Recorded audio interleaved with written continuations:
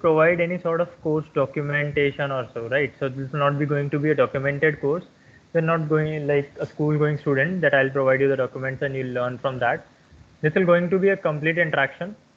And by interaction, I clearly mean the focus would be not on learning the chapters and understanding the definition. The focus would be on building the website and deploying the code. That will be the clear focus from my side. And I'll be starting with that. So I will be going to share my screen first. Fine. So these are the module 1, module 2, module 3 I was talking about, and if we'll go to the last, there will be module number 11. That is the final module we'll be going to cover. But apart from these as well, there would be different topics that will be going to involve whenever there will be a need of them. And there is no requirement to move them in a serial order. We can jumble up the order anyhow. These are just the discussion pointers that these topics we should be aware of. And how can you access that? Just visit the CurlSkills website, go to the full stack web development course page, and you will find these modules into it. Okay, so I want to introduce you with one thing, which is full stack web development, as the course name is. And what is full stack web development? It basically involves all the things required to make a website. Okay, so whatever required to make a website, whether it be in terms of front end, whether it be in terms of back end, whether it be in terms of anything, like whatever required from an organization to be there in this website. So what sort of, like, if I'll talk about simply the most common website, google.com. Okay, so this is a simple web page, seems like simple, and it has a search bar, it has a logo, it has some icons or pointers to the next thing. Then it has some buttons, some again language links, and some again like footer links. Now this is the simplest website of google.com, but it has a vast database connected to it. Obviously, that's from where you will be getting the search query results, and it has a backend that whatever you will write here will pass you some suggestions. So suppose if I like anything, YouTube. Okay, so it said me YouTube video download, YouTube to MP3, YouTube app, YouTube music, YouTube videos, YouTube music videos, channel versus TikTok studio, and like all that stuff. So this is basically coming from a backend based machine. Now from the backend, it is fetching the values to like displaying it here, and then the database comes into picture when you press the button. And there are again two types of buttons. All the things which button will do what sort of task is being controlled by the backend itself. So our task being a developer should be to make a website which can be hosted on some domain, which could be .com, .in, .au, .us, .org, whatever like. So it could be hosted on any domain. It would have some backend, and it would have some front end, which will be the lookalike of this web page, and it would be having connectivity between them. So if I'll click right here, it'll take me to Gmail. Fine. So this sort of connectivity is also need to be there. This is what the meaning of full stack looks like. And into full stack, there are different terminologies going on: non stack, lamb stack, and all that. Our primary focus would be to learn Django into it. That is the backend we'll be using. Okay, and the database we'll be going to use would be PostgreSQL very soon, but we'll be beginning with the MySQL part only. So very soon we'll be turning out to work on PostgreSQL. This is the database we'll be going to use. In the front end part, we'll be going to use HTML, CSS, Bootstrap, JavaScript, jQuery, and all the things that are required to make page beautiful. It could be React, it could be Angular, it could be anything. So our main agenda, being a full stack developer, doesn't lie only on the front end. The primary domain of being a full stack developer lies at the back end as well. So you need to be very sure about what data you are passing, how you are passing the data, where the data is going, what is the control of the website looks like, how the links are going to be controlled, how you would be able to set up these URLs written right here, and everything. This is what a backend looks like. And what backend platform we'll be using is Django. Fine. So this is what we'll be going to cover in next upcoming weeks. Okay, and the classes will be scheduled. Obviously, it is live class, so it will be scheduled every now and then. And in the schedule, you will be going to learn this topic and the next one and the next one and the next one and so on. Am I on track so far? Are you guys up with me? Any doubts, any suggestion or anything? Okay, I saw that there is no such message by him by now. I'm not able to add it. Well, any one of you having any doubt into it, what is full stack, what is front end, what is back end, these things we know very clearly. I'll repeat it again. So there are three major things concerned when it comes to full stack development. First thing is front end, second thing is back end, and third thing is database. The front end is something that how your website looks like, whether you are having blue colors button or green colors button or black color button or white color button, which color background, what is your font size, what is your font style, and like how your boxes are looking like, how your cards are looking like, how what is the size of your email and everything. Then there comes the backend, that from where you are actually getting the data, what is going on when it comes to the control of a particular website. Then the third thing comes as database. So backend I'll explore more. That backend means wherein we talk about the control of a website, that how my website will be going to affect other things stored in my web server. Okay, I have a web page, I have another web page, how they are linked. What if I'll send a message on this chat right here? So how would it be delivered to you only and not any other person? What is the group formation? From where this group have only few people and the call is going to only few limited people and not to others. So this whole thing comes under the backend part. And there is obviously a database in every website where the data gets stored. All your form inquiries, all your button clicks, all of your files would come from database. So I'll just give you a demonstration. So this is a front end look of the website wherein this whole data is coming from backend. So I have an admin panel wherein I can edit anything and this will be reflected here. Then if I'll click this button, it will download me a file like this one, the Django course curriculum. This is also coming from backend but is stored in my database. When you fill up a form right here at the bottom, no, like right here, this form would fill up all of your query into the database. This is how a particular structured website looks like, and this is what we are supposed to build in the near future as the outcome of this course.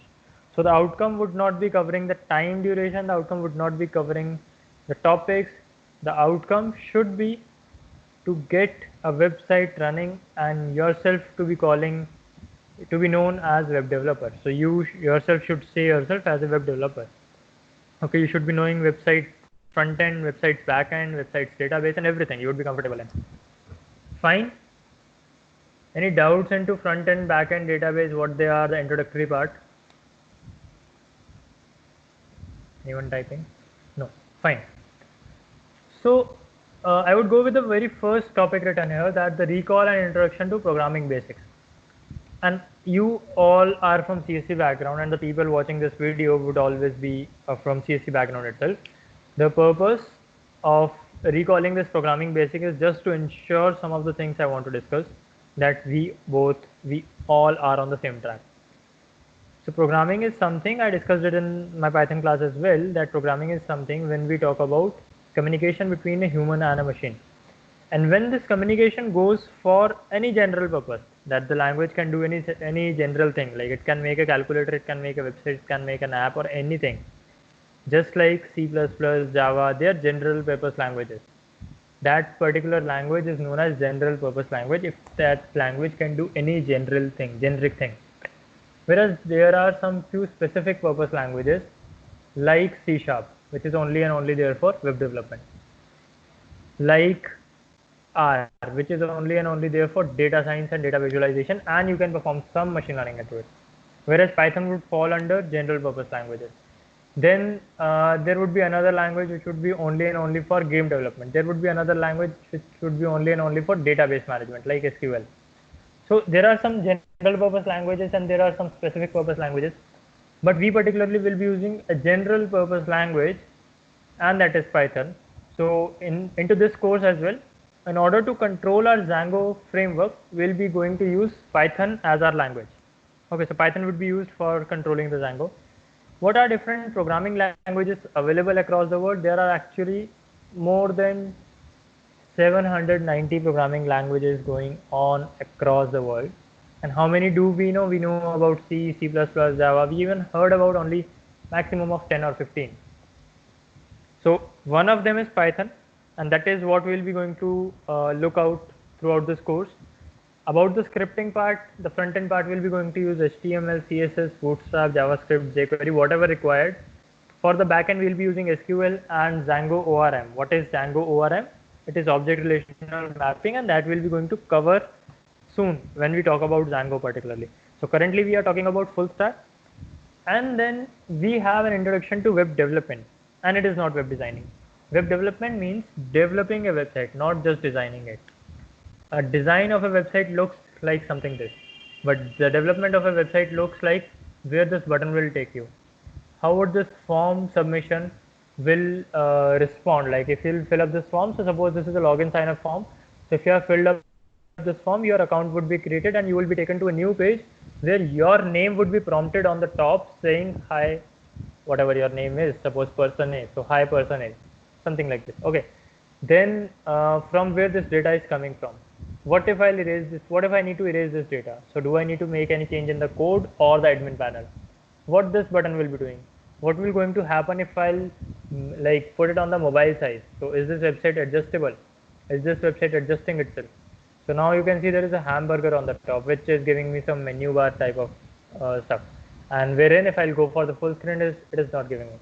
Then what is the behavior of website under different systems, like different browsers, different screen size, different operating system, different time zones as well matter when it comes to web development. This whole thing falls under the discussion of introduction of web development.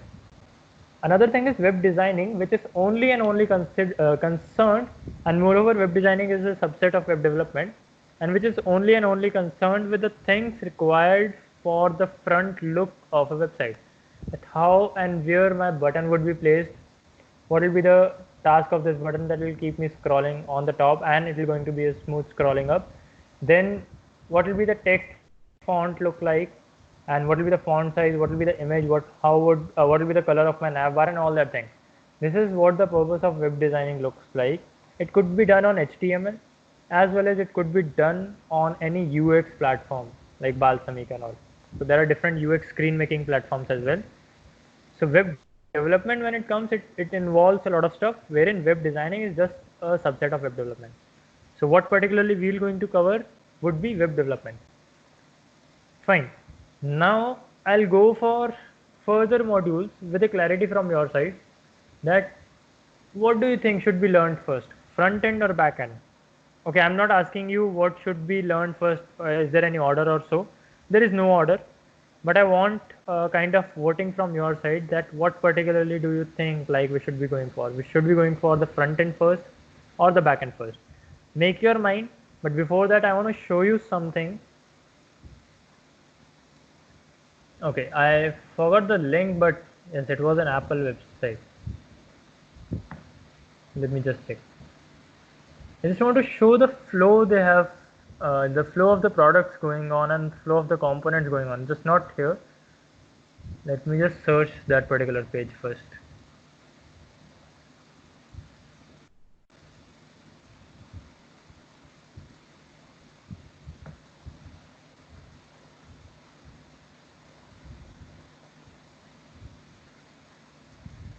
Well, not even this one. I'll search for it and I'll let you know in a while. Wait, hold for a second. I just need to put my screen on unshare for a while.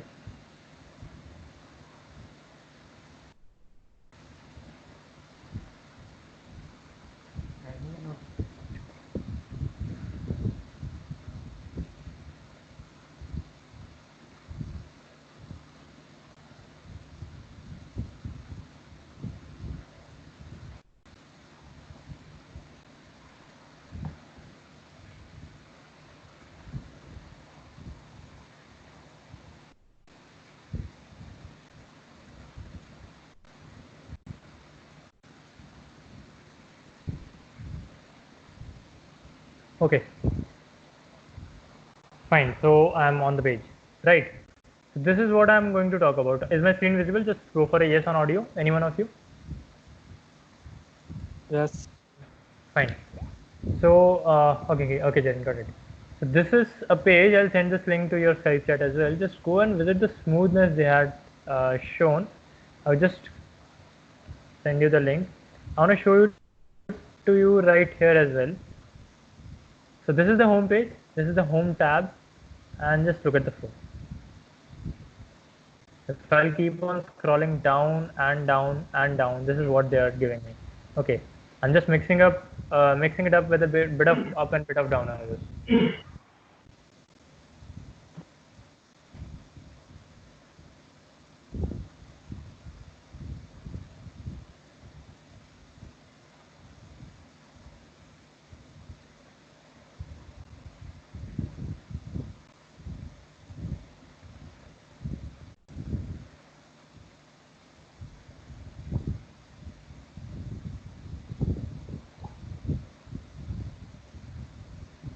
And this is not a video.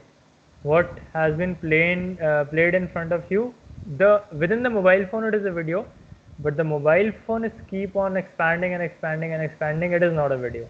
It is just the designing done with the image.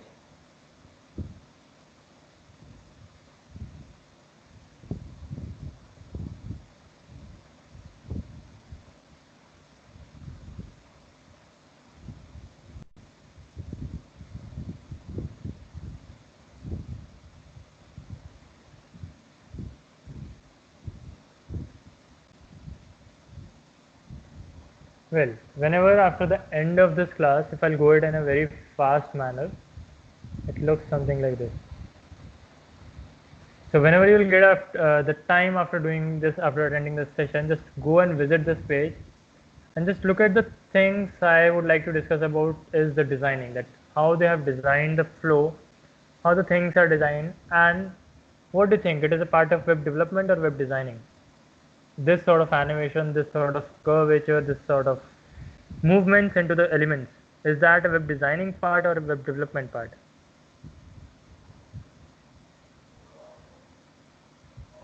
And I need answers from all of you. Web development, okay. What about others? Web development, fine.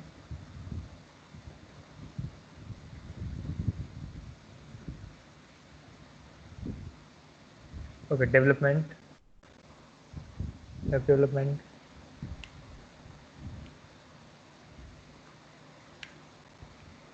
Fine, but this is known as web designing and not web development. See, this is the concept of movement of the things on the front end itself, and it has nothing to do with the backend. It seriously has nothing to do with the backend. There is no, although the images might come from backend, that is one thing, but the flow and the zoom in, zoom out, the transformation of images, the curvature, the glossiness, the zoom, the other features, the other animations are the part of front end itself, has nothing to do with back end. The codes and the script would be written for the front end, and this basically falls under web designing and not web development. So I was just trying to explain that what should be the extent of front end when it comes to front end, when it comes to web designing. It is not just simply placing few elements on a frame and that is all. No. See, when it comes to front end, it is again a very big thing. And again, when it comes to back end, if you'll explore the Facebook website, definitely Facebook is doesn't have this much smooth UI or UX, but it has a very smooth backend onto it. So with Facebook, with Instagram, you can experience smooth backend. You can just search and the search result will be there in fraction of second, involving millions of searches, million of transaction going on at the backend and providing you the relevant most results, and same goes with Google as well. So they might not have greatest UI, but they have the greatest backend. Apple might not have greatest backend because it is not required for this website. It is a e-commerce website. So, but they have the greatest front end so that their products look and they stand apart from others. That was just a kind of silly question I asked, that is that web designing or web development? All of you have answered for web development, but actually it is web designing. It has nothing to do with development, it has nothing to do with backend, it has nothing to do with database as well. The database would come into picture when you go and purchase something. Okay, I'll show.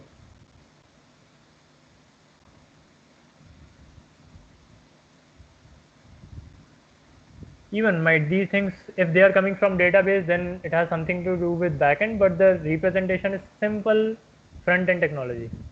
What where the database would come in, when I'll go and manage my Apple ID, this sort of page would be clearly connected with database.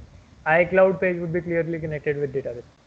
Everything regarding the sign in, sign up, FAQ, it looks out for some Apple ID. I'll not be writing anything. Suppose I just have written that. So it will verify, it will ask me for password. I gave some password and it will tell me that this is not a valid password. Okay, this Apple ID has been locked for security reason. I don't know like who like which person who was the owner of this particular Apple ID. So I just randomly placed some Apple ID. I gave a wrong password. It has logged it from the backend as well. It displayed a message on the front end. This is how the mechanism of full stack goes on. Fine. Now I again come back to my question. We have two things, two major pillars to learn into full stack web development. One thing is front end, another thing is back end. Wherein into the front end we'll learn about few things like HTML, CSS, JavaScript, jQuery, Bootstrap. I'll just explain. Okay, HTML, CSS, Bootstrap, JavaScript, jQuery. Just leave the backend part. Then within the HTML we'll talk about a lot of things which some of them you already know, some of them you don't know. We'll explore into the depth. Then we'll talk about some intermediate components like images, audios, videos, some advanced component like div, section, article, ID, class, and everything. Then we'll move on to the CSS part. Then we'll move on to the Bootstrap part. And there comes the backend later on. So what do you want to go for? Firstly front end or firstly backend? And into backend we'll be going to set up the servers. We'll be going to set the logic for the front end. Then we'll be going to take a minimalistic front end approach, but the main primary direction would be the backend itself. What do you think like to go for? And if you'll ask me for my vote will be definitely for the backend part. And I'll wait for all of your answers. So we have 5 participants in this room and 6th one is me actually. So let's go for a particular poll with all of you.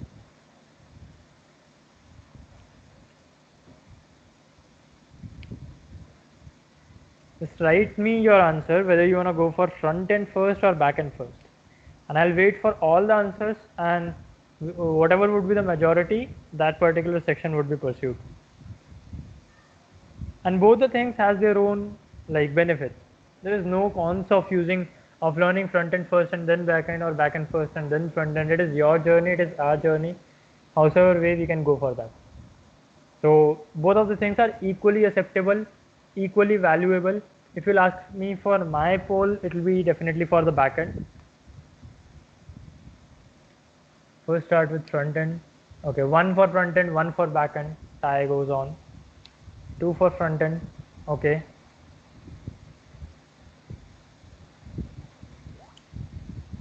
3 for front end, and that is all. Okay, all done. So we'll be going for the front end first. So once we'll cover all the front end part in upcoming few classes. Once our front end part would be done, then we'll move on to the back end technology. Fine. So about the front end things, there are few things I would like to tell you about. That these are the basic pillars of using front end. Okay, so we have an HTML which tells you, or tells the browser, tells the website what to write, what is the component all about, what is the data in the component. Okay, this is what HTML tells us. Then there is something named as CSS, cascading style sheet. HTML stands for hypertext markup language. Then there is something named as CSS. Sorry. So within CSS, it stands for cascading style sheet, and the version will be going to use is CSS3. In that we will be going to present our data, that how our data would going to be presented. What will be the size, what will be the color, what will be the background, what will be the foreground, and all that thing required into the arena of front end. Whatever you can see on your screen is comprised of HTML and CSS. Then there would come something named as Bootstrap. Bootstrap is a tool, a kind of handy tool to make your websites mobile ready, and this is going to play the major role when you would be going to deploy a website, or when you would be going to make a website for production. So if your website is not production ready, if your website is not for mobile users, then your website is not ready to be deployed.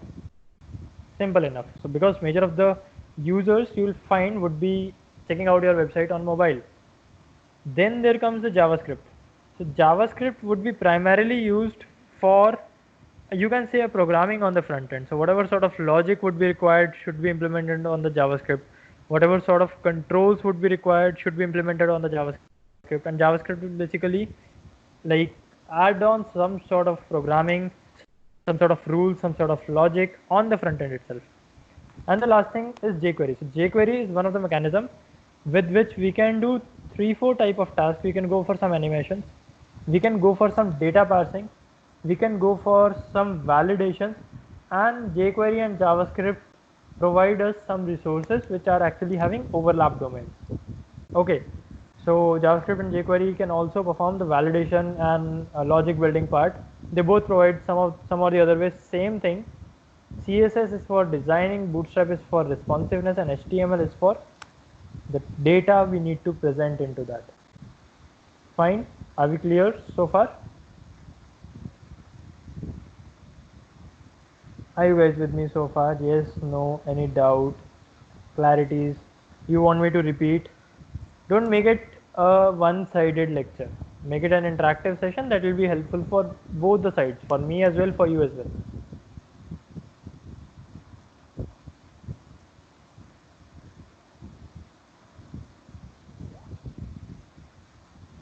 What about others? Okay, I'll wait for some feedback as well.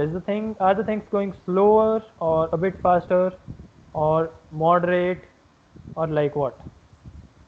You want me to change the pace, you want me to increase the pace or decrease the pace, you want me to repeat any particular thing, or you want me to like go as I'm going?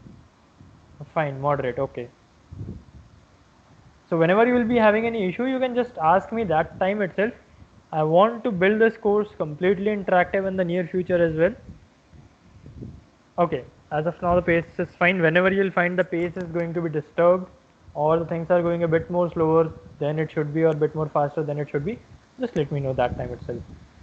Well, coming on to the end, we have first thing as HTML5, second thing as CSS3, third thing as Bootstrap. We talked enough of that. Now our next task is to basically write some sort of code which will help us or which will be launched on the browser. And obviously, how many of you have worked on HTML earlier? The same year, yes. How many of you have worked on HTML earlier? Okay, 2 people. Saurav also have done. Sangram, have you worked on HTML earlier? Yes, all of you have worked on HTML.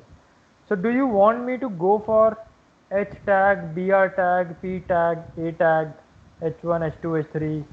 No.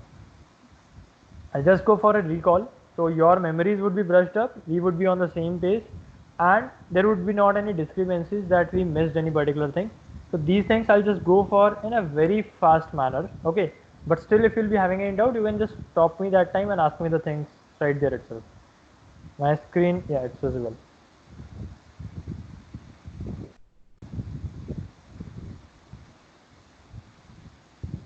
Okay, I'll be making an HTML page.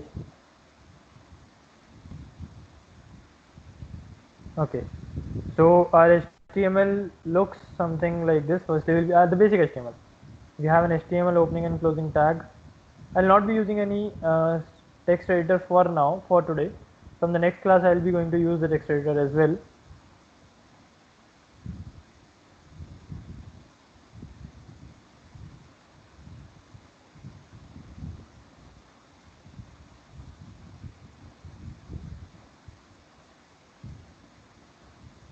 Okay, so therein we can have a title tag in which we can write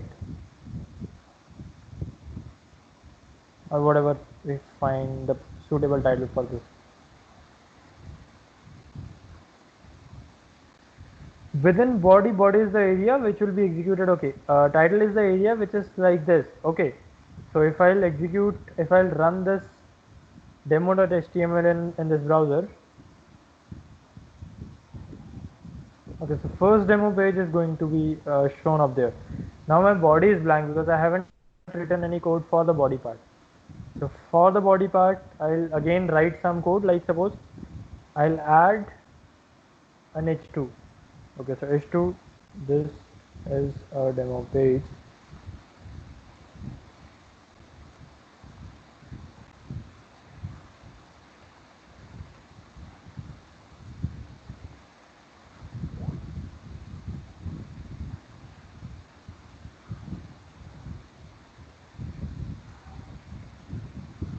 Any doubt or something?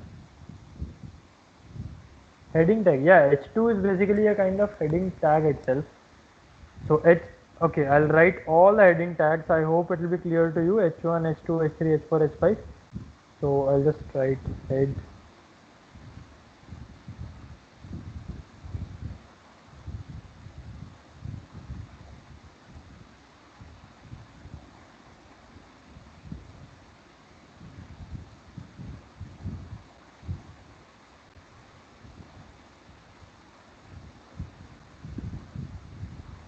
Fine, this is how it is going to be look like. Okay, so h1 is the biggest heading, and on among the existing tags there is no any tag which has more importance than the h1 tag. So this is the most important tag. h2 is the second most important tag, h3, h4, h5, h6, and then we have a paragraph. So height is a paragraph. Apart from this, we can have a br tag for the break, and we can write any other thing. I'll just come up with this right here.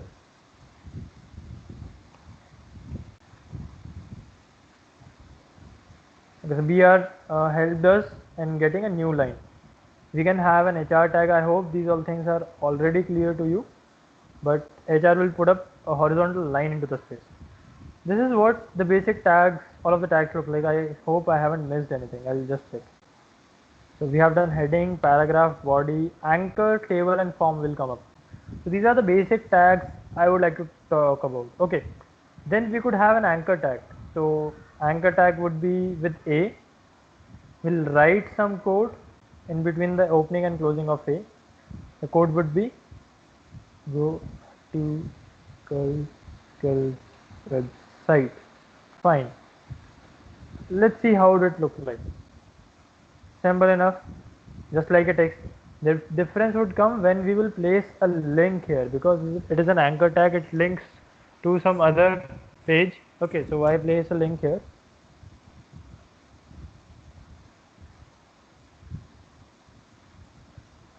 Fine, I place the link of worldskills.com. I just load it up, and then you can see it is of blue color, it has an underline. If I'll click this, it will take me to the cultskills.com. Fine, this is how the anchor tag works. Another property we can add into it is we can add target is equals to blank. If you don't know about this, I hope it will work. Okay, what will this do? It will open the link on new page. So I'm just clicking into it, and now it is opening up in new page, new tab, sorry. If I'll remove this target is equals to blank, it will open in the same page. Sorry, I just forgot to reload. It will open in the same page.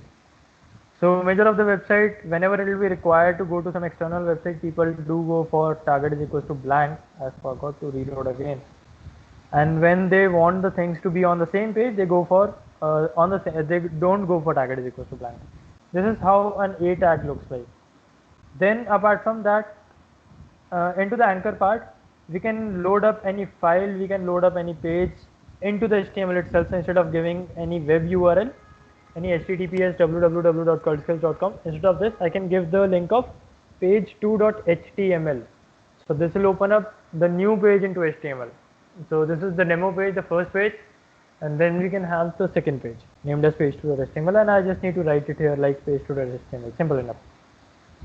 Or if I'll write demo.html here, let's see. It is taking me to the demo.html because target is equals to blank is activated, so it is taking me to demo.html on the next tab. If I'll remove this, it will go in the same page. Just keep on reloading and reloading and reloading and reloading. Well, enough of basics for anchor tag. Now head tag is done, h1, h2, h3, h4, h5, h6, hr, p tag, br tag, a tag. there is a concept that there are some tags which has an opening and which has the closing, but there are also some tags which do not have any opening or closing. They are just one time usable tags, just like this HR. It doesn't have any closing part. Just like this BR, this doesn't have any closing part. These tags are known as inline tags. The BR part is known as particularly inline tags because it can be used inside a tag, and moreover it doesn't have any closing for this. Whereas this sort of tag like H6, H5, H4, H3, these sort of tags are known as block tags.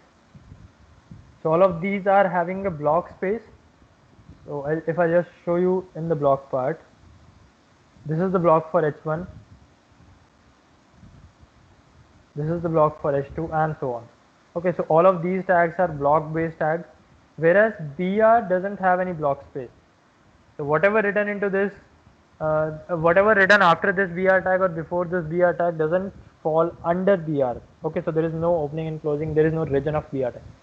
Moreover, the HTML, what does it do? It just removes the blank spaces whenever it will not be into any sort of formatting. So I have written hi, and on the next line I have written it is a paragraph. And let's see how does it visualize. It is exactly the same. Okay, until unless I'll put a blank space here, sorry, a blank line here, BR, then it will be placed on the next line. If I'm doing it on the next line without using any BR tag, it will not be going to hit the next line anyhow. One more tag I want to discuss about is PRE tag. So PRE again is a block tag in which suppose I have written a poem and I want to be displayed like this only. So first line, next line, second line, space line, and then something like this. I just have written this. Now let's. So PRE, this is displaying the text as it was written into the text editor. Okay, wherever it was having space, the space is displayed. What if I'll just turn it to P? Then it will just be a normal paragraph. See, no matter how many number of spaces were there, no matter like new lines were there, it just have ignored everything and just placed the words like as it is. So wherever we need to work onto this place, onto this part, that our code or our script should look as it is being written. It could be a mathematical statement, it could be a poem, it could be a story, it could be anything. Then we should go for using PRE tag. If we want it to be clearly formatted, then we should go for the P tag. Fine. Any doubt till now? Any questions? Any doubt till now? We're just going for basic of HTML.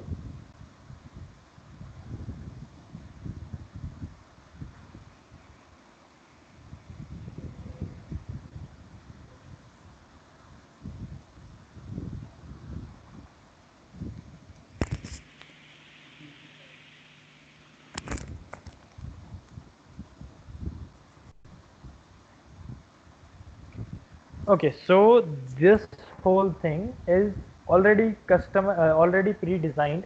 I haven't designed any of the thing. I haven't designed that this will look big, this will look small, this will look big, or this will be of blue color, or this will be of this font, this will be of this font. This is pre-designed and have a structured semantic, just like we say predefined functions into C++ or Java or Python. Similarly, we have some pre-designed components of HTML. We can change the design by writing our own CSS, and this is what I'll be going to cover up the next part. Okay, so these all things are pre-designed and it has the semantics like this only. Okay, now our next task would be to write CSS. So the very first thing, very first way of writing CSS would be the inline CSS. The very first thing we'll be going to learn is the inline CSS, into which within the tag, within the opening part of tag, we will write something like style equals this inverted commas. Within the inverted comma, we need to write some pairs of property, or sorry, attribute, colon, value, semicolon, attribute 2, colon value 2 semicolon attribute 3 colon value 3. So for this we need to know about all the attributes, but don't worry if you do not know about, you can even Google, and there is a big community. Like there are communities like Stack Overflow, GitHub and all. So you'll definitely get your answers from there as well. But for now we'll be taking some things like H6 will look like color colon I said red. Okay, let's see if it worked or not. Okay, so if you can see, the color of H6 turned out to be red, and I'll implement the same thing on, instead of H6 I'll implement the same thing on H2. Okay, now the color of H2 is red. What else I can go for is, I can go for something like margin with a semicolon, top to be of 20 pixel.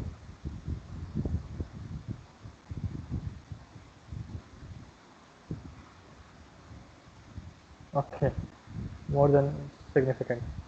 Now you can see that there is a margin of 200 pixel into it.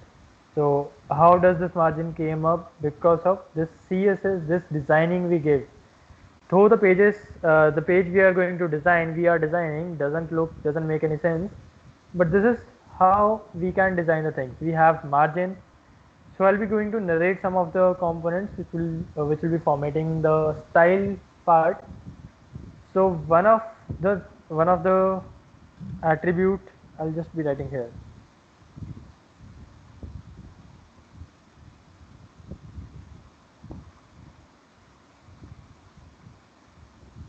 Okay, so one of the attribute is color.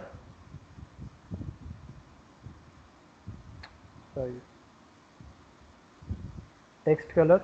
One of the attribute is background color. One of the attribute is font size. One of the attribute is font style. Okay, which font you are going to talk about. Another attribute is font weight. Okay, another attribute is margin. Again, it has 4 versions: top, bottom, left, right. Then we have padding. I'll going to explain each one of them. Okay, then these are the common attributes we basically use. I hope I'm not missing any major one. Text color, background color, font size, font style, width, height. When it comes to graphical components, width, height. Okay, so these are the attributes which we can specify when we are working on to the CSS part. Okay, so you were asking about why font size into this PRE is small. So I can just go and change. I'll just write style is equals to this, and I can just write font. Suppose I'll go for font weight, and I write here 700. Okay, let's suppose 800. Now you can see that the second PRE tag is bold comparative to the first PRE tag. Let's make it 1800, more bolder. Okay, 1800 isn't working. Might be it is still 1000. And if I'll go for 200, it will be comparatively lighter. If I'll go for 100 or 50, if it works, not changing the color. Anyhow, so the same thing we can apply on to the H3 part or H4 part.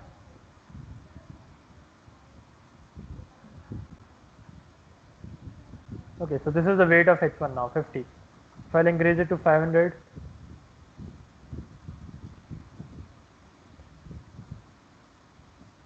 yeah, so it is in the gap of 200. I'll make it again 200, again 10. So font weight is something which basically decides the boldness of a particular text. Text color is represented with the property color. Background color with background color. Okay, need not to write again. Font size similarly with font size.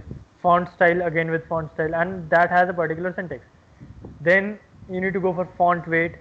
Then you can go for margins, top margin, left margin, bottom margin, right margin. So suppose I have an H3 here, and again let's suppose this paragraph. Okay, What I do, I basically write here hi, it is a paragraph and this is second line with br as it was written. Now what I want to go for is a margin right, or suppose margin left for this paragraph. So I'll write here style is equals to margin left with the value of 50 pixel. So in this paragraph, the paragraph has been shifted with 50 pixels from the left. What if I'll make another paragraph right here the same way with the same content.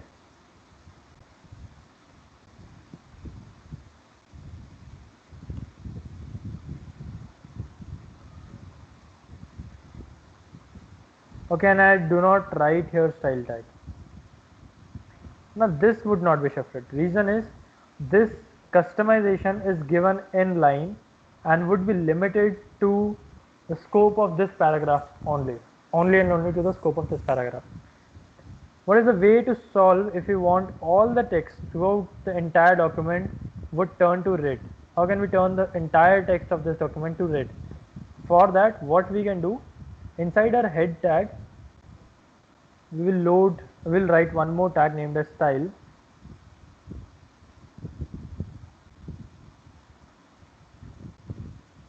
Okay.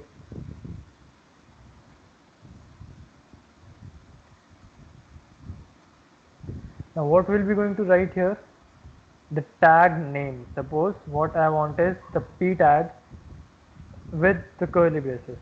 Now p tag, again the attribute and the value. So I'll go for color, column red. All the p tag would turn to red. Everywhere, wherever it is p, it will turn to red. Then I'm going for font weight to 800. Weight has increased. Now what if I want to do it for all the things? So I can go for implementing the thing on body. Everything would turn to red, everything would be having a weight of 800. Okay, so why this link hasn't turned to red? Because it is a link, it should be displayed differently. If still I want to do that, I can do the things for A as well, or I can apply some inline.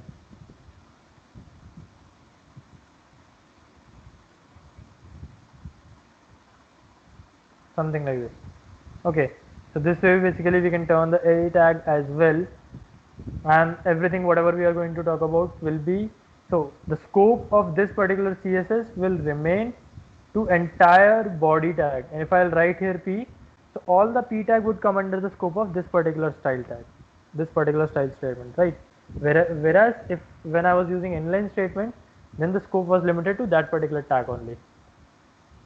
Now let's suppose I have one more document, and into that document as well I want all the p tag to turn to red and with the font weight of 800, and then I later decided that instead of this I want the color to be green now.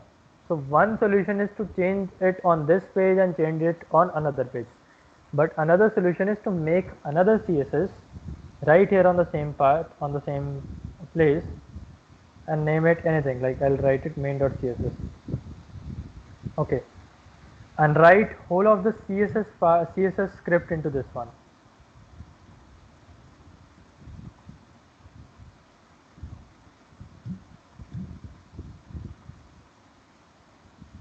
Okay, and calling this CSS writer, how would this be identified that this is the CSS to talk about? Calling this CSS right here with the command.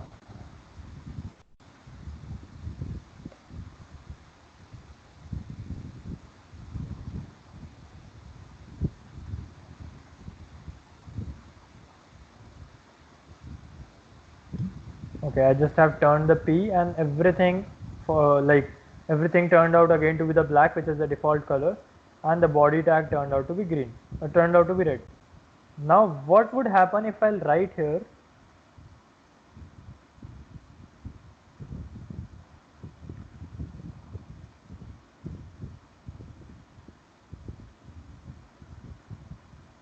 okay, I need the answer from all of you that what will be the output of this particular code.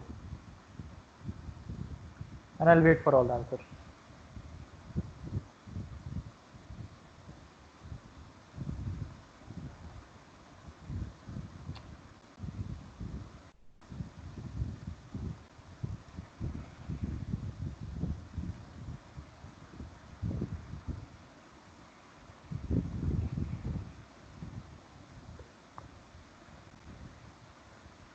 Okay, three of you are typing. I'll wait for all of your answers. Except the element in P, everything will be blue. Okay, what about P? What will happen to the elements of P, Jaren?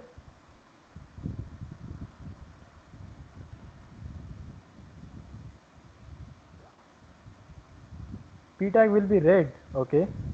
Shift all content blue. Sangram and Saurabh. All would be blue. Okay.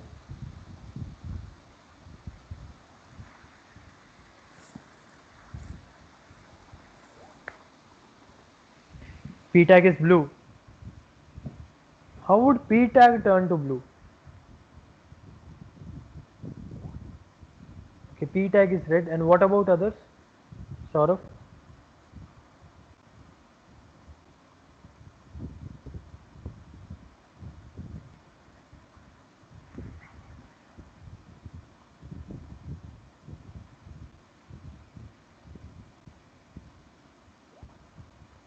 Body would turn to blue. Exactly, because we have firstly defined the P tag and then we have defined the color is equals to blue. So, Jaren, I'll just go for all the narration, all the answers I got. Except the element in P, everything will be blue. Are you so sure? And you said so everything will be blue and P tag will be red. Okay. Then Shiv said all content would be blue. Sangram said all content would be blue. Saurav said that P tag would be blue. Sorry, would be red and body would be blue. Let us see. Now, those who are saying that everything else would be blue and P tag would turn to red is actually a right statement. Whereas the people who were saying that everything, including P tag, would turn to blue is not a right statement. Reason is, we have firstly defined a P tag with some color statement and the font weight statement. Then we have defined a body with the color turned to blue. Now this is our demo.html look. This is how our demo.html looks like. Right. We are calling this style sheet. So this style sheet has a P selector and rest of the body selector. So whatever would be there in the P. So do you think like now there would be any change? I just changed the order of body and P. Any change from this one? I haven't reloaded yet. Any change now?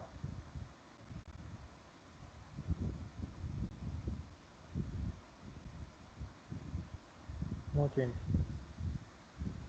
It remains exactly the same. So when you are using external CSS, you are defining the order. Although you can make two different CSS and call it right here, then the order of calling would be dependent. Okay, so if suppose in first CSS your body tag is of color red, whereas in the second CSS your body tag is of color blue, then the order will matter. Whereas if you are using external CSS, then the order would not matter so much, and whatever you want to write here you can. I hope I am going on the track and the things are going smoother to you. This is what we have designed till now and which is actually of no use. Now what I am going to do is I am going to replicate h4 three times. Okay, so h4, h4, h4 with the tags h41, h42 and h43. Fine. And I want the second h4 to turn out to be blue and rest of them to be red. What can I do? I just remove each and every one of them. I want h4, second h4 to turn out to be red, first and third h4 to be of blue color. And this is not a syntax. So how can I do this? first and third H4 to be of blue color, second H4 to be of red color. How can I do this? Any idea?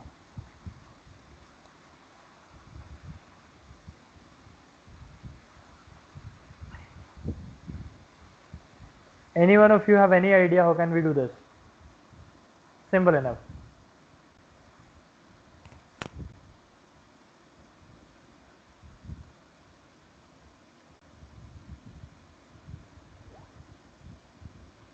Okay, I'll repeat it again. What I was asking is that we have three H4 tags right here, H4, H4 and H4. What I want to do is I want my first and third H4 to be of blue color and my second H4 to be of red color. Okay, so this one to be of blue, this one to be of red, this one to be of blue. How can I do this?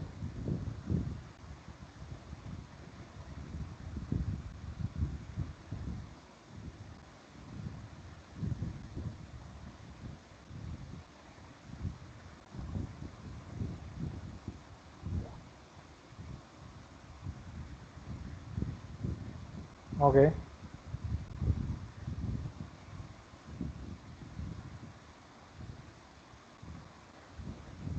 Mhm. So we can write the code of H4 to be of blue, okay, and just remove all of this. So all the H4 would turn blue with this one firstly, okay, H4 1 is blue, H4 2 is blue, H4 3 is blue, and then writing the code on H4 2 to turn out colors turn to red. Okay. So now what is going on? What can we get from this? And one more thing. And right here I am writing H4 in the style part.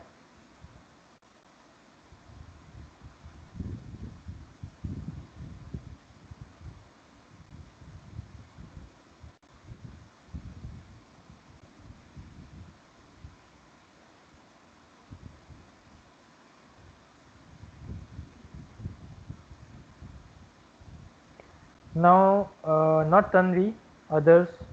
I want the answers from others. That what would be the proposed output according to you, and all the answers I am expecting here. I have main.css with H4 to be blue. I have internal CSS with color to be H4 color to be green, and I have inline CSS with H4 color to be red. What will be the response?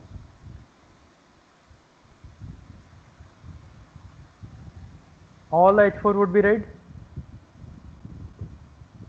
Okay, so what I want the answer to be, suppose your answer is that H4 1, okay, Tanvi, please do not raise the answer. Okay, so suppose H4 1, H4 2 and H4 3.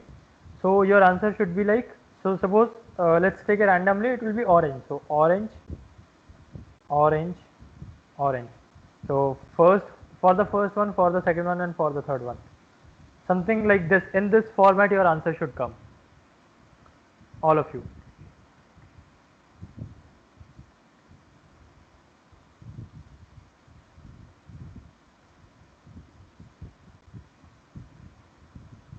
Okay, you understood the format. You need to give me 3 lines in a single message. Yes, I am repeating. You need to give me 3 lines in a single message. First line should represent the color of first H4, this particular line. Okay. Second line should represent the color of second H4 and third line should represent the color of third H4, wherein the code is this one. We have this line here.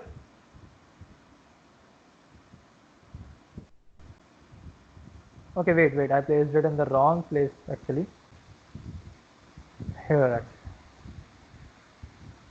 Not is perfectly fine.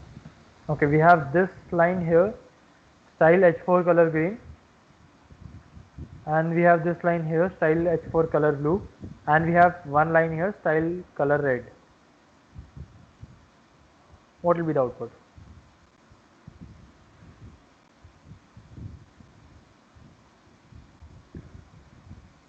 In main.css it is blue, right here it is green, and right here it is red.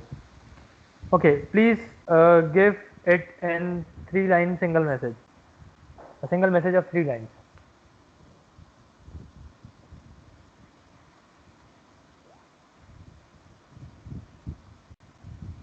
Saurabh, there are 3 H4s.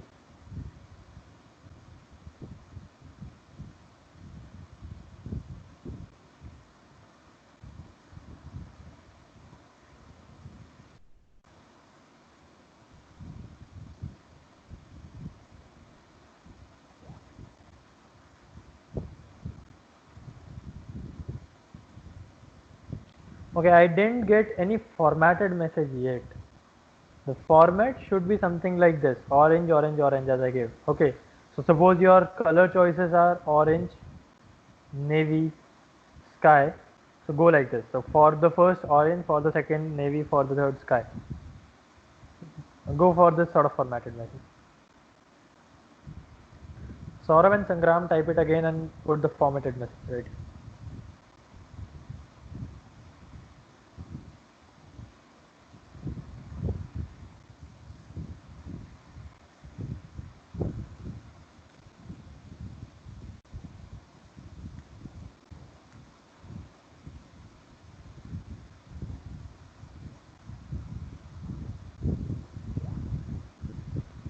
Blue, green, red. Okay.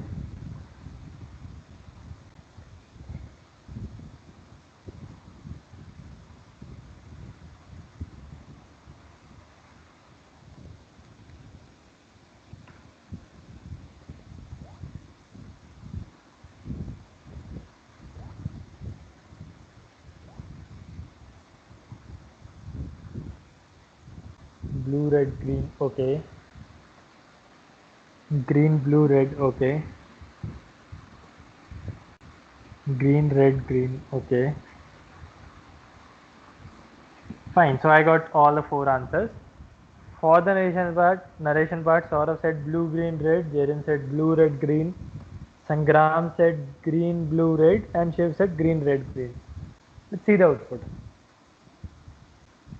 And it is actually green, red, and green. Okay, I just zoomed in so that if there is any, and like if it is not clear to you, it will be cleared now. It is green, red, green, and why so? Can anyone justify? So the correct answer is by Shiv. This one, green, red, green. Now the reason for this is, firstly we have written. Okay, let's not go for that. What will happen if I change the code to this now? Now what will be the output? Again, the same question. Everything else is the same. I just turned the order of stylesheet.css, main.css, and the style tag. Reverse the order of them. Now what will be the output?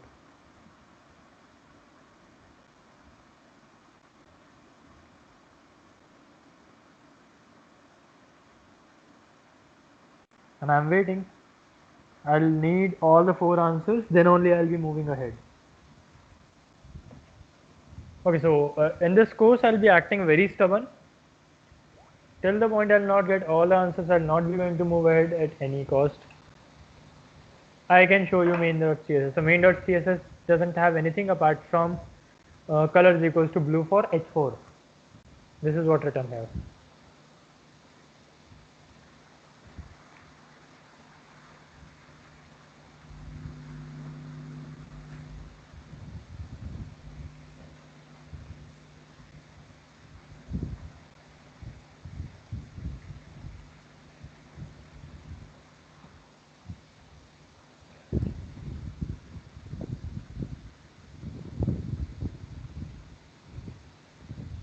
I hope you are not executing it.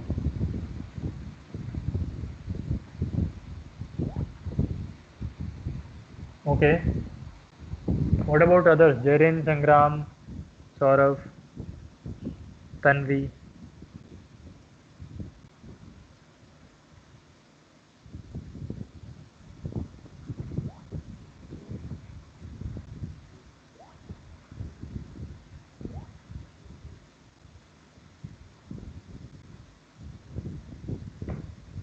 I got the answer from Jaren to be green, red, green.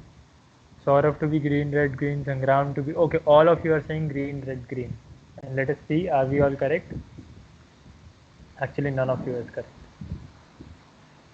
Just see what is going on, and I'll put it on this side now. Just see what is the problem. See, firstly, what happened is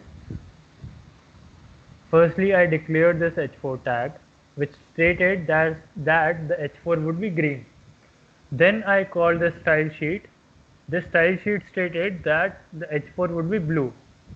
And then, so that means the current scenario is h4 would be blue. I told you that the calling of style.css file or main.css or whatever you name it, the calling of style sheet, the order of calling would be highly depending on the color or on the output. Then second case is customized because of inline CSS. That is very clear. It is going to be red always. This h4 is blue. This h43 is blue. The reason is this style sheet. Okay, because this style sheet has been called later than the internal style. Okay, the order of calling would be highly turning out the results, and whatever you do doesn't matter. This inline CSS would be the most prioritized first. So the most prioritized component when it comes to CSS is inline CSS. The second most and the third most would be depending on the order of execution. You can have 10 CSS files with the controversial values to each other, contradicting values to each other, and what value would be executed? The one which will be called in the last. So it is a similar concept of overlapping. Am I clear with the topic? The execution, order of execution of CSS.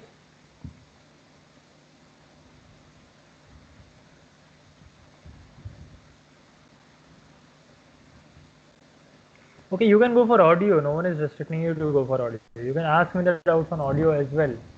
Is internal and external priority same? Okay, so shift priority doesn't come with internal and external. See, which thing was called first? Firstly, we called the style tag. Then we called this main.css. Then we called this internal inline CSS. So this thing would be having maximum priority, then this, and then this. So order of execution would decide the priorities. And obviously inline CSS would be at last. So inline CSS would be having the maximum priority, and that is specific for the item itself. And in internal CSS is for the element, for the page only, and the external CSS is for all the complete of your project. Okay, so to Sangram and Shiv, am I clear?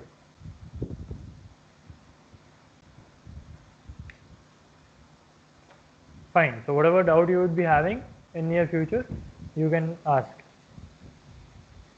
Is it by a question or it's by mistake?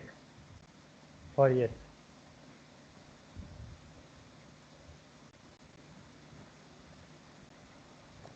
Okay.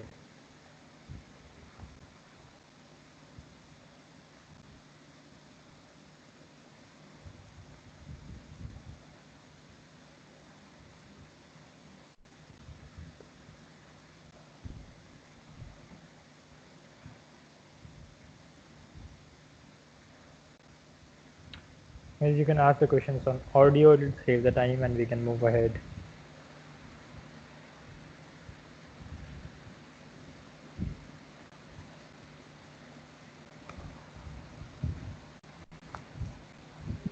Okay, all right. Bhaiya, what Yeah. if we declare a one more style tag after the external style sheet? Okay, let's check this one as well.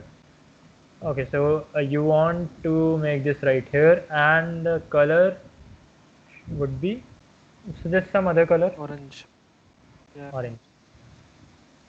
Let's go for it. Okay, or else we can also go for some hex code, right? So orange, red, green, these are some limited colors which are available into CSS with the name. Otherwise we can go for hex code. So I would go for one hex code like this one.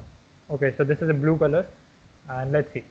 So now the order of execution is firstly green, then blue, and then this 00428A, which is again blue. Okay, so I'll just turn this to orange for now. Now everything would be into this color 00428A. Apart from the second one would be red no matter what you do. So this is actually not blue, this is that 00428A, and this is not orange. So if I write here instead of 00428A, so that this is to show you that you can also write hex codes. If I'll write here cyan color, so this is now cyan. Okay, now what is hex code? Hex code is the hexadecimal value for RGB, and you can get it by just searching on Google hex code for red or anything. Like Google has a, so you will get the thing. So first two digits are for R, second two digits are for G, then third two digits are for B. So this is what it makes RGB. FF means 255. If you'll go for converting hexadecimal to binary, so 255 decimal to hexadecimal. Okay, you'll get the result as 16. So 16 stands for FF because till 0 to 9 the numbers remain same. 10 means A, 11 means B, 12 means C, and so on. FF means 16. Okay, 15 because it starts from 0. That is why. Now you can pick any hex code, so you can just search for any hex code picker tool. You'll get a lot of websites for that. Let's suppose this one. Okay, just go to any particular code written right here and you will get the hex code value for this. So all the shades, lighter, darker, darker, or you can put any hex code here. So suppose I give 00428A and I got that blue color. So I have all the shades of 00428A. Then hue value, saturation value, and all that is some different concept. But this is how its hex code picker looks like. Right. So this is showing me that how would black text look into it, and how would black text with shadow look into this white text, and white text with shadow, and everything. I can go for some other color. FF0000 is red, perfect red. Right, here it is. Okay, if I'll go for white color, it will be 00000. No, okay, no, sorry. White is FF. Black is all zeros. There are some standard colors, and then you can pick any hex code. Let's suppose this one, and you can apply this. I'll just copy this. Okay, apply this right here instead of cyan. Now my H1, the first H4 and third H4 would turn to gray. Okay, this is how the order comes into picture. So any doubt till now? Are we clear with all the doubts? Shiv, is this thing clear now? Yes. Okay, all right. Cool. Now we have done actually enough of this. Right, so we talked about H1, H2, H3, H4, all the tags, a bit of CSS, a bit of placing of CSS, and our page is looking more than ugly. Like seriously, it's actually not at all absorbable for any website to look something like this. Okay, now let's introduce me to you about one thing which is named as this Bootstrap. Okay, so what this Bootstrap looks like. Bootstrap is something which turns your code, your website into a mobile friendly website, right? And what do you need to learn about it? Okay, so this is not a research based code, this is not a PhD oriented course that you will learn all the things into research mode. We'll be basically putting focus on the applied side more than that of the research side, right? So instead of knowing the component, we should know how the component should be used and where to use, where not to use. So Bootstrap has a website named as getbootstrap.org or .com, I guess. Just need to search for Bootstrap, it'll pop up. This is the one, getbootstrap.com. What it'll tell you, so what is the very first thing into a website, whichever website you go for. So you look at CultSkills website, it has a nav bar, it has a header. You go to Bootstrap website, it has a header. You go to any other website, let's suppose this Google Cloud website, it has a header. So whatever website you visit, it should always be having a header. Okay, so our task would be to include a header in our web page, and that header should be responsive. Fine. Okay, one more thing I want to talk about before this, I forgot to talk about is the selectors that should be covered before. So we have something like ID selectors and class selectors, the component selectors. The same thing which we are doing right here, H4.1, H4.3 to be of gray, H4.2 to be of red. And similarly, I want every alternative component Suppose I want to make something like a chess. Every alternative box would be of black color and other alternative box would be of white color. So I have a black and white and black and white and black and white type of thing. I want to make my HTML text to look something like that.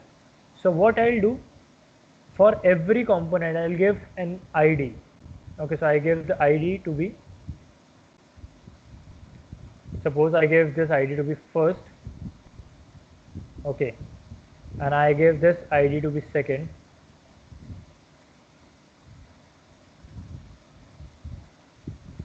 Similarly, I copy second for all the stuff right here.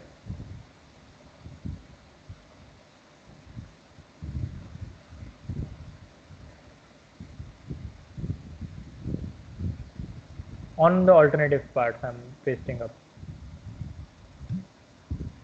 Fine enough. And on the rest of them I'll be placing first.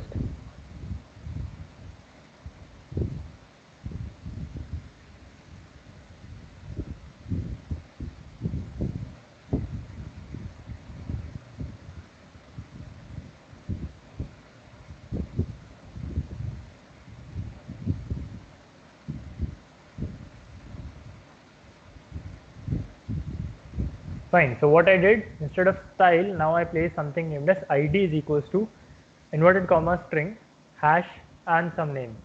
Now what I'll be doing in my main.css file, okay, I'll just remove this part. I hope it is clear now. And this is not a good idea to use internal CSS or inline CSS until it is very much required. Better to go for external CSS all the time.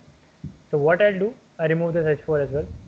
So for first, I'll write some CSS, and for second, I'll write some other CSS. I'll write here color to be orange and color to be blue.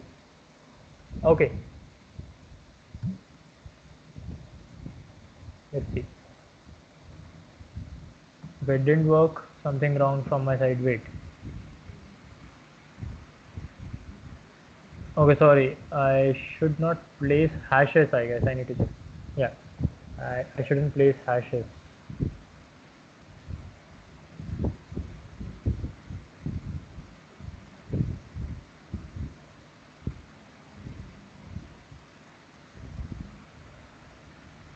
Okay, so all the alternative component, excluding this part because it has an inline CSS which is over prioritized to all the other things.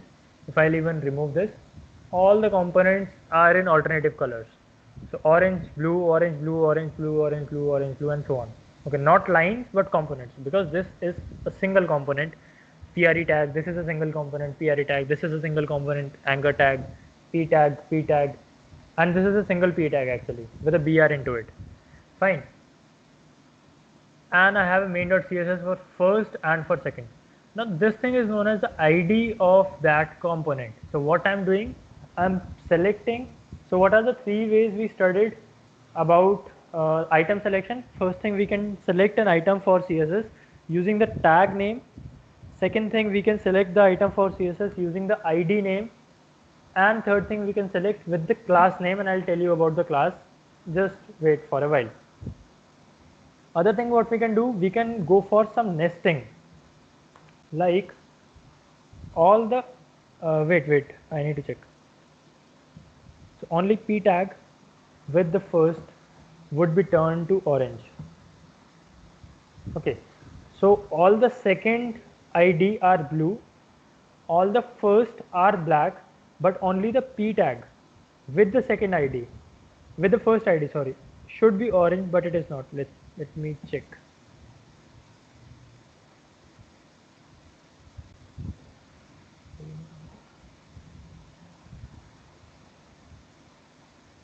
Do we have a P tag right here? Fine. And we have a first ID.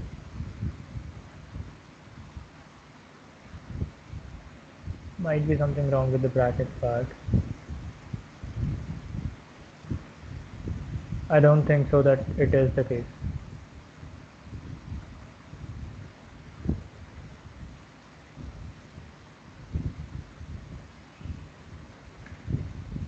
Yeah.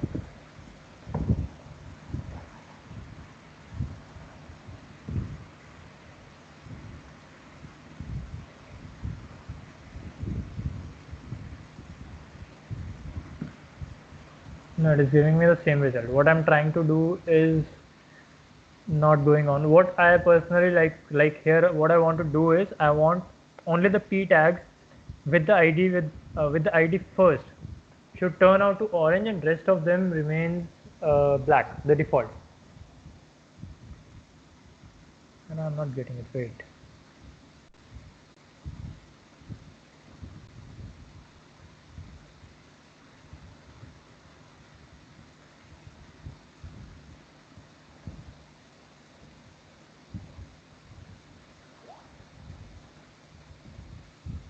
Okay, might be.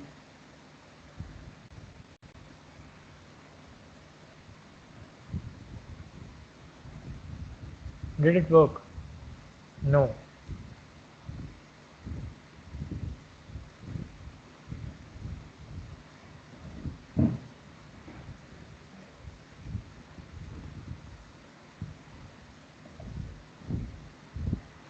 Well, I'll see and let you know about it. Might we will get this the solution today as well when we talk about Bootstrap. Might we will get the solution right here as well.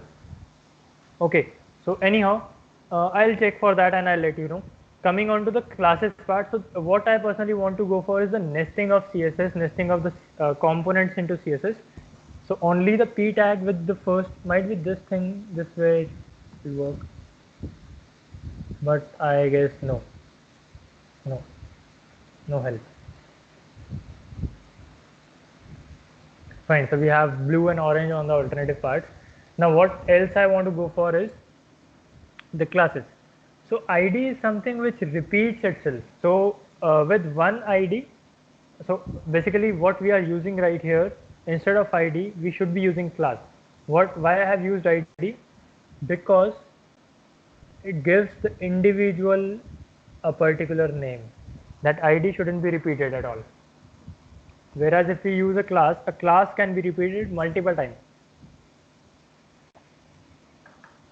Just like I say this as class name. Okay. And I'm going to just put it down a bit. Then I have a p tag. And I just take an example of a student. So student A. Then I have a p tag of class address. Student A address. Okay, and similarly I have a p tag of class is equals to mobile. Or instead of mobile, I have some school name.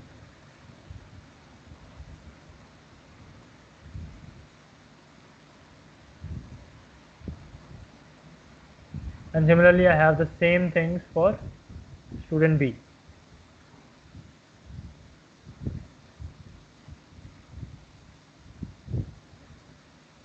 And for student C.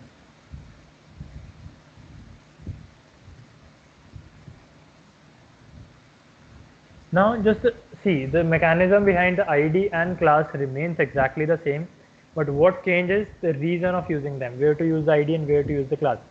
So when we use the class, we need to go for dots instead of hashes. So I'll be going for dot name,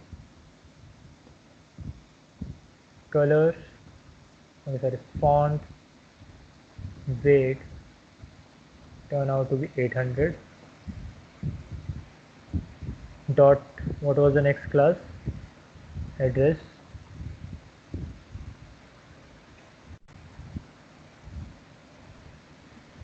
Let's suppose I make the background color to be red, or suppose cyan,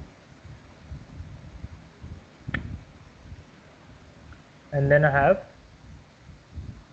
I guess, school name.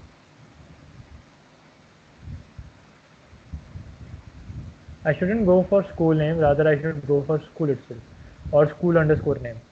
Spaces shouldn't be there. And I'll tell you what will happen if I'll go for school space name. So right here I want to go for something like any other thing, margin top,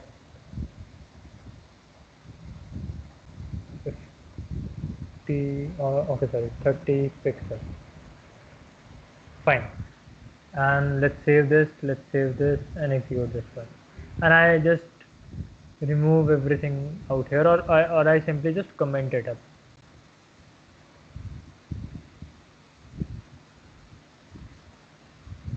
Okay, so in HTML you can comment in this way, opening tag and closing tag with the dashes.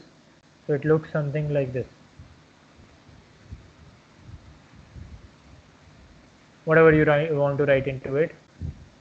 This is an opening and closing of comment. So I'll just remove this because it closes my comment here. And I would be having the first component as HR, a horizontal line, and the student details. Okay, so I have a student A name with font weight, student B name with background, and student A school with margin.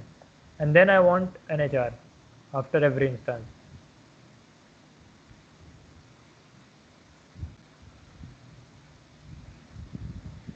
Fine. What would have happened if I, by mistake, have written here school name?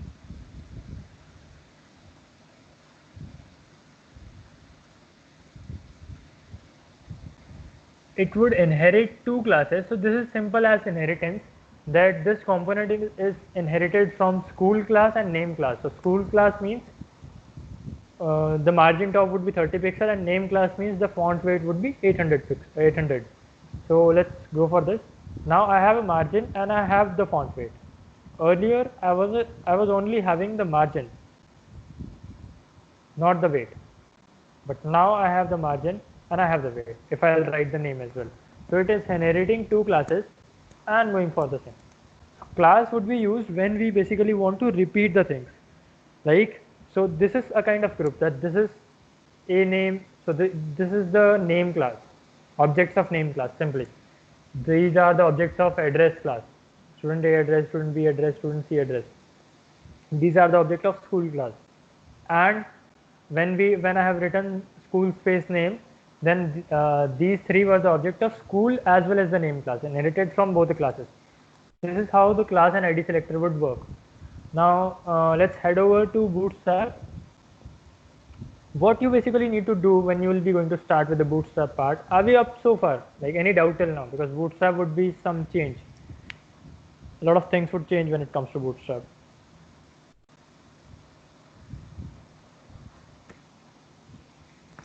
Jaren, you can go for audio as well. Same we can do with ID too, as in with 3 ID tag of name. Yes, we can do the same things with ID as well, but ID is not meant for this. ID is meant for one-time use, and it shouldn't be changed. Okay, so ID is for specific purpose, it shouldn't be changed at all. And basically, if suppose you are having 5 anchor tags and you want all of your anchor tags to be of green color, so you can do the things with tag, okay, or else you can give all of them a class and do the thing, do the changes, or else you can give all of them an ID and do the changes. But everything has a particular use case.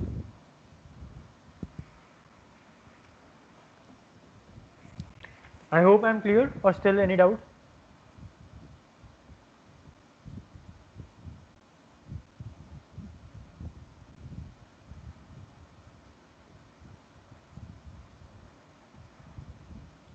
You can go with audio as well if you're typing and it is taking time.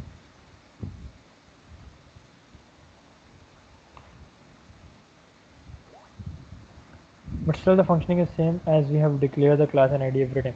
Yeah, the functioning will remain the same all the time, because these are the object selector. So we just give every object a particular ID or the class. So see, basically what will happen is, when we give the class, we are inheriting the concept, and when we give the ID, it is basically pushing up the code on that ID. So the difference lies in the understanding that one is push based changes and another is pull based changes. Okay, so when you go for pull based changes, then that time you should use the class.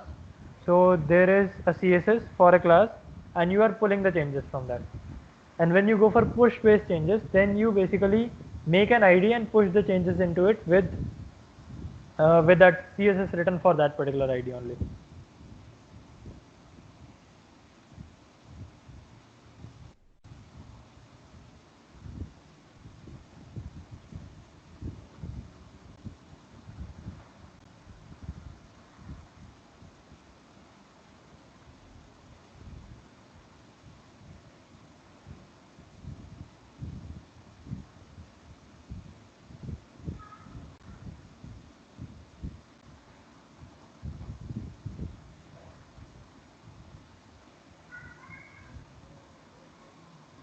Okay, see, when it comes to working, everything will turn down to the same thing actually.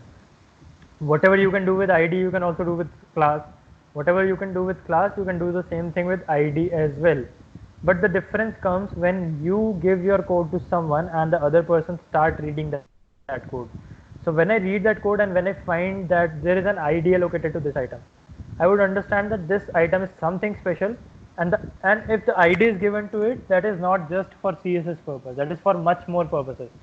So ID is also used not for CSS only, for Google Tag Manager and for various other things to identify the tags, to identify the identities. Suppose you are having 4 anchor tags into it. Okay, one is redirecting you to the google.com, one is redirecting you to your server side, one is redirecting you to your document, and you want to tag which particular button has got clicks, and that thing you can do with tag manager. That is not the part of web development, that is the part of digital marketing and web tracking. So right there you can track which item got clicked. Every button is an anchor tag. How can you check that? With the help of ID. So their ID comes into picture. Whereas it is just a kind of readability and convention that when we need to use the things again and again and again and again, then we will be using class. Whereas when we need to do the things for once only, then we should use ID. We should. It is not a must condition, it is a should condition. Fine, is this thing clear now, Jaren?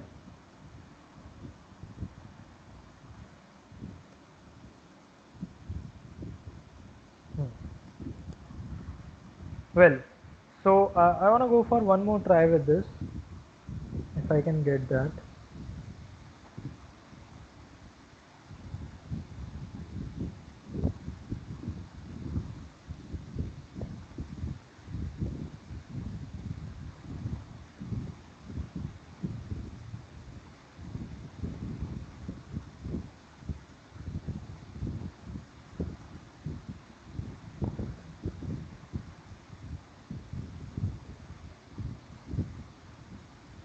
Okay, done. So this is what I was trying to do that time, which I failed.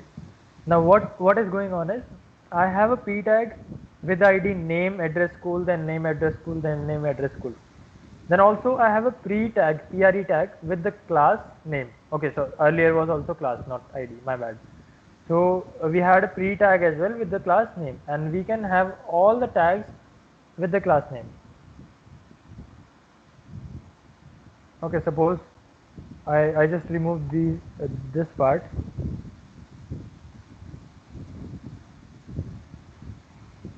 and this h1 also have the class name.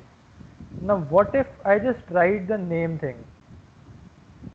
Then everything with the class name would be having font weight. So instead of font weight, I will go for one more thing named as color, to turn out to something like gray. Gray would work, I guess. What is the spelling of gray?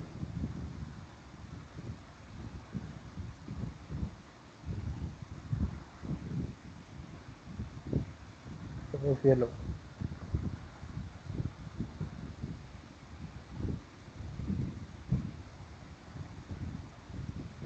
I forgot to add the dot.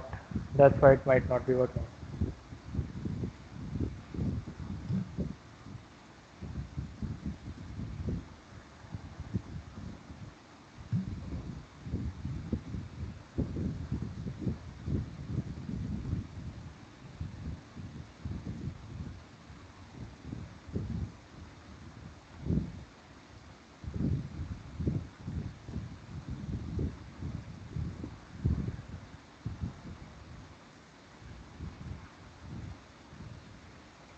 Something wrong when I called my CSS h1 with the class name.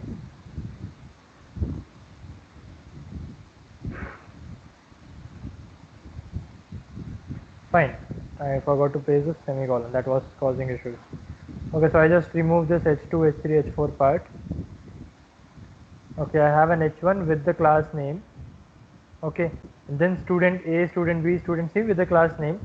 Now what I want to do is only this part, the student's name, should turn out yellow irrespective of this head tag and this pre tag.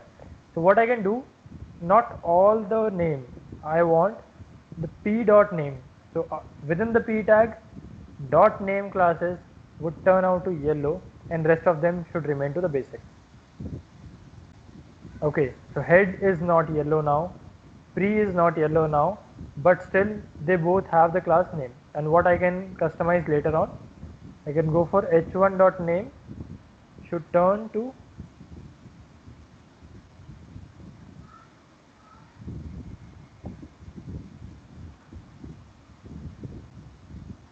green, and it is green now.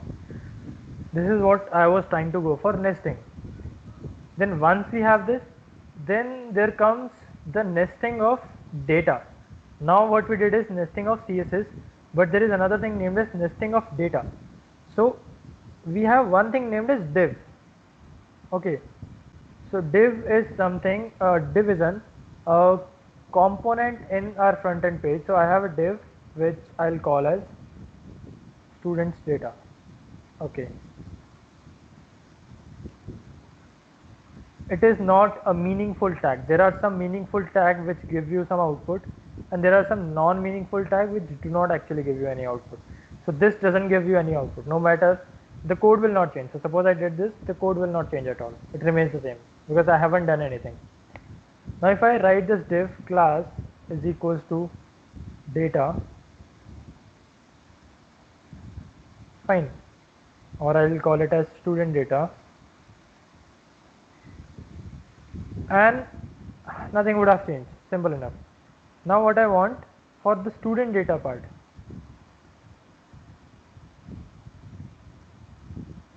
the background color turn to cyan. Didn't work, something wrong, class. So it should be having a dot.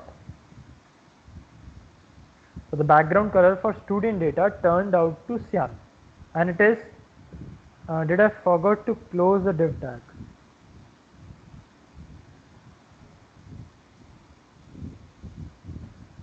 It will remain till the ending of div only. Okay, now I can just write the code for the div and everything else would be auto adjusted. So what I can do is margin left to be 50 pixels.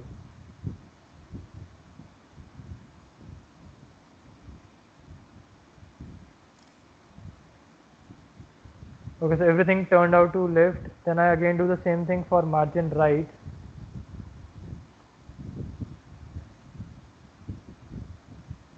To be 50 pixels. Margin top. Okay, you might be confused between margin and padding. If I say margin, then the complete component goes off, and when I say padding left,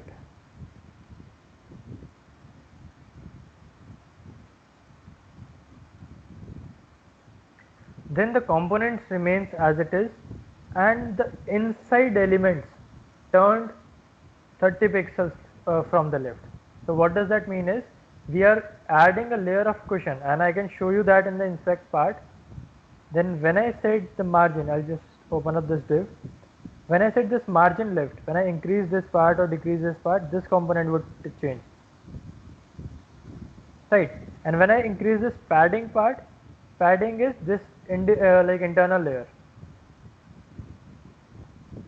This is actually what it means by padding, and this is the margin part, the yellow component, and this is the padding. And I can change it to anything. I can reduce it, increase it, decrease it, do whatever I want to do with that. I can go for padding top as well. So it is adding up a cushioning on the top or on the left, and this is how the component is going to be placed. We do not have any bottom padding. We can also add the bottom padding. This is known as, somewhat you can connect it with the internal margin. Is this thing clear? The difference between margin and padding, the difference between class and ID, margin, padding, what is the meaningful tag, what is the non-meaningful tag, what is the use of div. It is again a kind of zipping up the components together with a single name. That is the purpose of using div. Again, we can do the same thing. Instead of going for div, we can do the same thing for section, with section as well. open the section, close the section, and it will work. The same thing, because that was not on the file, those changes were on this inspect element, so they were on the temporary part. So whatever I have written remains the same, whether it be div or section. But again, there comes the convention that section would be used for one entire flow of information. So right here I should use div and close the div. This header would be a section. So wherever I am having this h1, I should write here a section.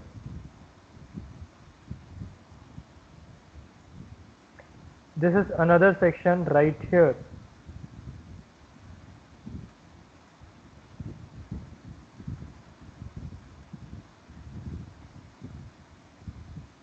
Okay, so everything comes into this part. One section can have multiple divs. So section is, you can say, something better, something bigger than the div. So in hierarchy, div stands as a child component to selector. Again, the code part will not be anyhow changed. The output will not be anyhow changed. Any better understanding with this?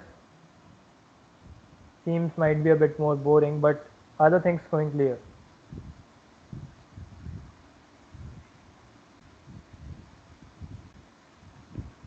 Any response? Yes, no. I look out for response.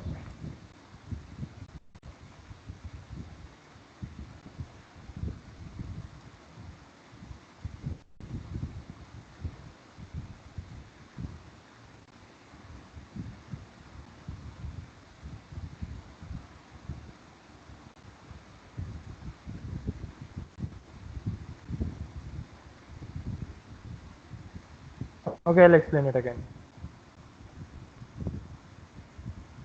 Well, no worries, I'll explain it again. Whatever the problem is, it will be explained. Wait. What I said is, whenever you visit a website, suppose this website, so it has multiple sections. There is one section of header, there is one section of this card, okay. Then there is one section of this metadata, about data, which also has a form into it. So this could be one div, this could be another div going on left to right. Then there is one section of this topics to be covered. Whereas one section might have multiple divs. So I am having a section in which I am having two divs. One is the logo part, one is this part. Then into this section I am having two divs, this image and this data. Into this section I am having two divs, about and the form. Into this section I am having a header and the entire data. Then within this header I am having again two divs. So it can be grown exponentially to whatever nesting you want to, but a section always lies senior to the div. Okay, it has a relation between them, and it is just for convention, not a compulsory stuff, but it is for convention. I hope you get it right.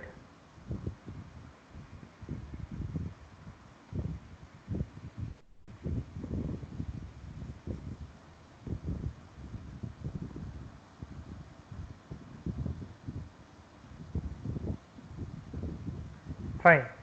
So what do you think, like Bootstrap, are we going on track? Like if it is going over or if it is getting exhausted, what do you think? Bootstrap should we cover into the next part or in today's part as well? I would suggest you to go for next part for the Bootstrap, because not just the introduction, we'll be covering the Bootstrap in depth, and we'll be talking about how to use that, what to be used, what not to be used, how to plug in Bootstrap with our website, how to make the component responsive, and everything regarding it. Or the things are going in limit, should we extend it a bit more?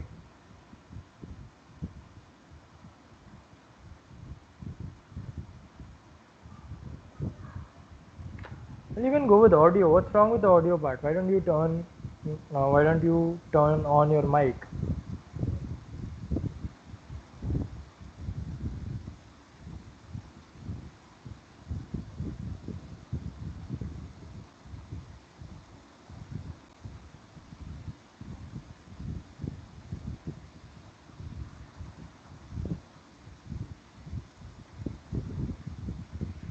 I think that's enough for today. Okay. Alright. What about others?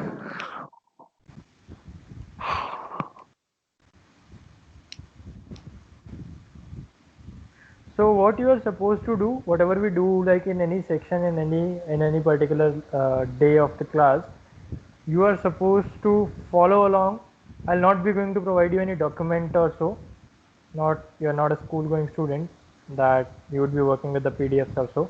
Okay, so I'll not be going to provide any document or so. Whatever we have studied, just go through it, make something of your own every day, because this is an interesting course, Django, and the full stack part. So whatever we do in the front end or in the back end, you have all the resources to implement it by your own.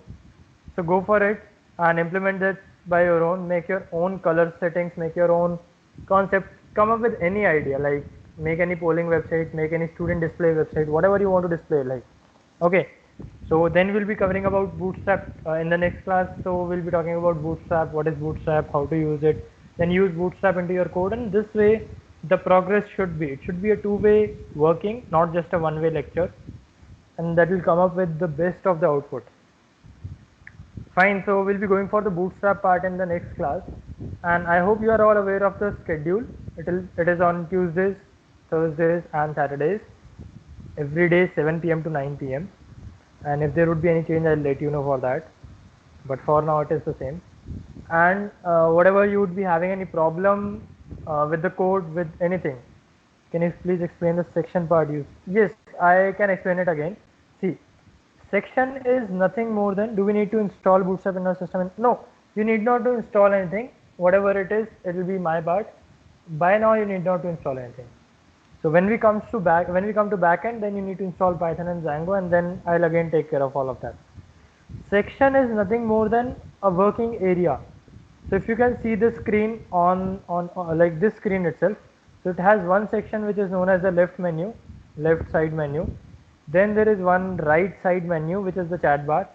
Then there is one section which is the entire screen, wherein anyone would share the screen, it will be visible to me, or if I am sharing the screen, it is visible to you. So this way basically the section works on. So section is a meaningful entity which is very different than the other one. This is what a section means, and it is not used for CSS. It can be used, but it is supposed to be not used for CSS only. It is used for distinguishing, like just maintaining the difference between the one component and another component. I hope it is clear.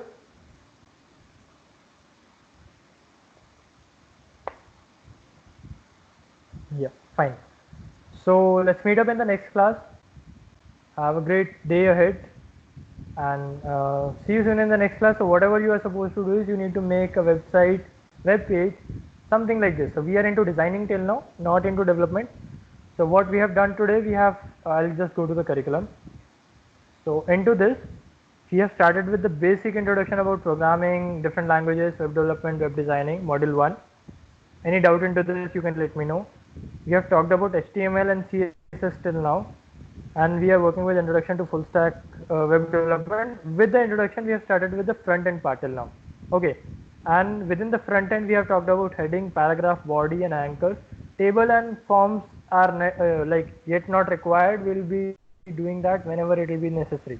So we'll be definitely doing that later soon.